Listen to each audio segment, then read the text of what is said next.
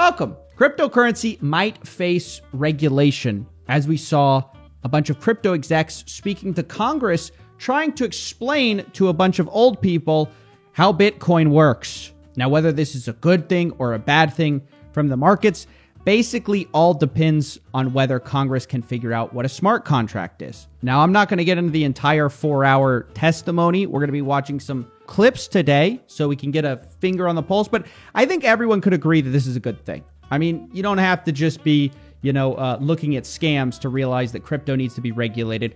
A lot of crypto companies, they can't even make stuff or they have to make stuff overseas or in tax shelters. Well, they do the tax shelters for taxes, but they can't even make stuff because, it's a very questionable system here in America, whether you're going to innovate or not. And it has led a lot of companies to go overseas to more lenient jurisdictions. So whether you're all the way a bull or all the way a bear, this is a good thing. We do want people in our lawmakers to understand what's going on. And interestingly, one of the first things Congress admitted is that 2021 was the year of cryptocurrency. 2021 was the year of the cryptocurrency. More Americans than ever are taking notice of this transformational technology. DeFi, DAOs, NFTs, Web3, jargon that was really once just used on crypto Twitter, they are quickly becoming part of the lexicon. Yeah, I couldn't believe it either. This congressman knowing what crypto Twitter is. Quite shocking. But in a large way, it's true. 2021 saw mass adoption of cryptocurrency like we've really never seen before. And it's one of the reasons I started covering it was because it's just everywhere right now. And I think it's an important thing to talk about and be skeptical of, even though I am largely bullish on the technology. Now, we're going to be jumping around through this testimony, but one of the interesting exchanges I think happened here, talking about Tether and Coinbase. Take a listen. Don't cop out and say, well, you're not going to do anything until we pass meaningful legislation. And if you wonder about where the power is, Zuckerberg had to come here himself and sit there. Brian Armstrong sent his number 2. And Tether doesn't bother to show up at all. Zuckerberg did not have a day in the park. He did not enjoy it, but he had to come. Armstrong didn't, and Tether ain't here at all. Yeah, this was pretty enlightening. I think a lot of what he's referencing here is that the U.S. doesn't have unilateral power over crypto, whereas Facebook is largely a U.S. technology company that serves global customers. Crypto is everywhere and really can just run away to whatever kind of place they want. Now, I don't know why Brian Armstrong didn't show up, but Tether really isn't under the jurisdiction of the United States. And I think that's a really interesting problem that legislators face, which is like, how do you regulate something that can just move to another country if they don't like your way of doing things? I think this is a problem that Congress seriously seemed to be grasping with as they went through the motions. In fact, a lot of the conversations seem to be about how can the U.S. exercise control over crypto or maintain like the U.S. dollar's standard, which made clear in this exchange. And one of my concerns about crypto is that it would present a challenge to the supremacy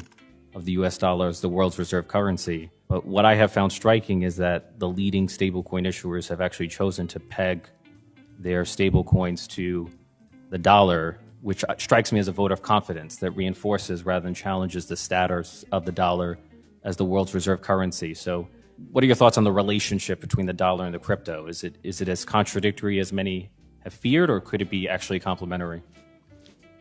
I'll answer that. I actually don't think that it's contradictory at all. What people want is a U.S. dollar bank account. Everywhere in the world, people want to be able to have U.S. dollars. And actually, that's the hardest thing to get.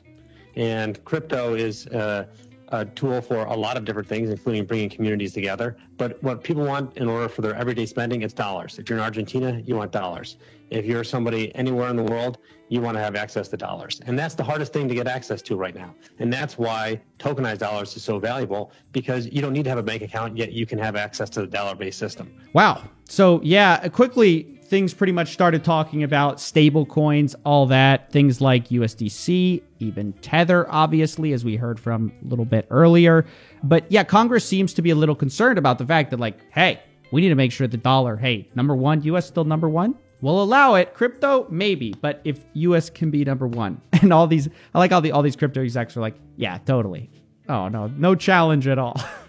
Now, one of the most important exchanges actually happened around Tether, and it was right here. This is one of the congressmen talking to Sam Bankman-Fried, who, as many of you know, is the founder of FTX, one of the largest crypto platforms. And they talk about Tether, which is really interesting because Sam Bankman-Fried is like one of the largest proponents, if not the largest user of Tether ever. I mean, most of FTX is run on Tether. So what you're about to hear is quite fascinating. Take a listen. Within this framework, can you identify the single most important thing that Congress could do right now to regulate stablecoins in order to persist dollar dominance? Yeah, thank you for the questions. I think the single biggest thing is just ensure the reserves are what they say they are.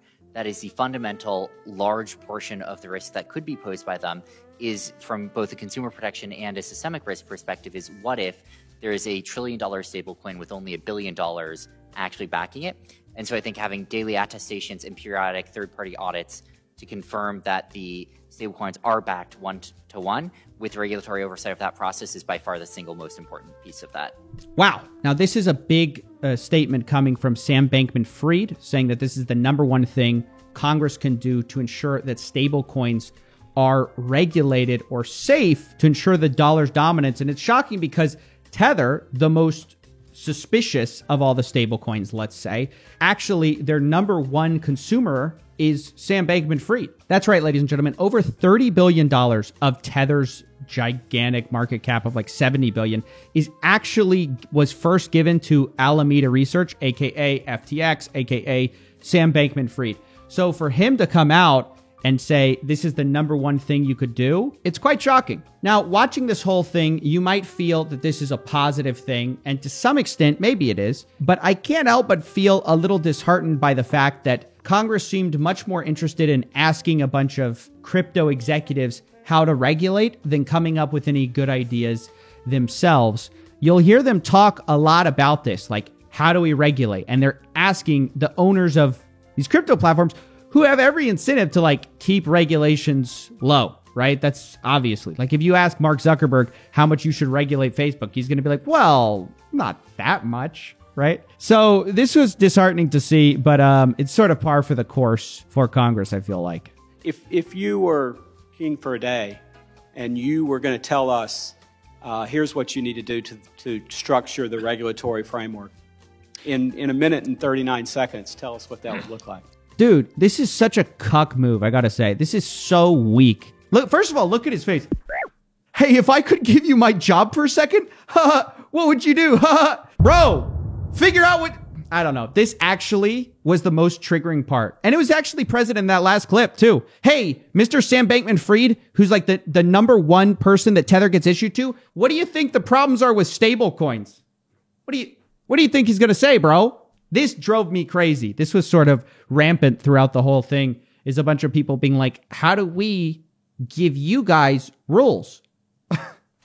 I mean, does that make sense to anybody? Why that annoys me? It's like asking, some F1 drivers, what do you think the speed limit should be? It's like they're going to say as fast as possible. But yeah, either way, guys, that basically concludes my take on the Congress coverage. I think it's clear that a little more research needs to be done. But at least we're having the conversation. Guys, a year ago, 2 years ago, 3 years ago, this conversation really wasn't even on the table. It's much more so urgent, as you can see, and it'll be interesting to see where it goes from here. But that's basically it.